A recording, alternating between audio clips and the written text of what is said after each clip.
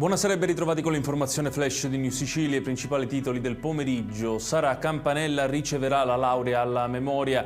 A renderlo noto è la rettrice dell'Università di Messina, Giovanna Spatari, che ha incontrato la madre della giovane vittima di femminicidio. Noi come Ateneo dobbiamo spingere i giovani a comprendere il pericolo e denunciarlo in tempo. Il commento della Spatari.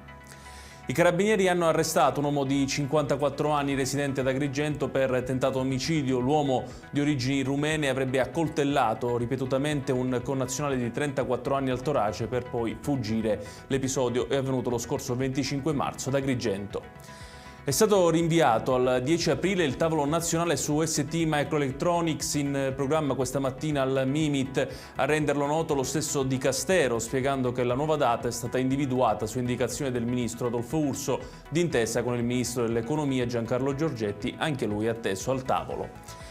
I ministri dell'Ambiente Pichetto Fratin e quello delle Infrastrutture Matteo Salvini hanno scelto il porto di Augusta come una delle due basi italiane per l'energia eolica offshore.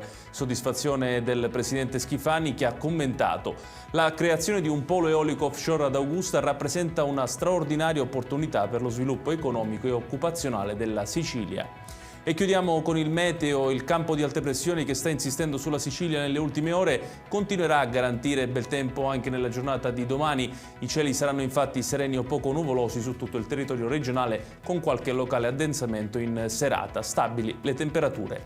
Ed è tutto per questa edizione. Tutti i dettagli su queste notizie li trovate come sempre sul nostro sito www.newsicilia.it.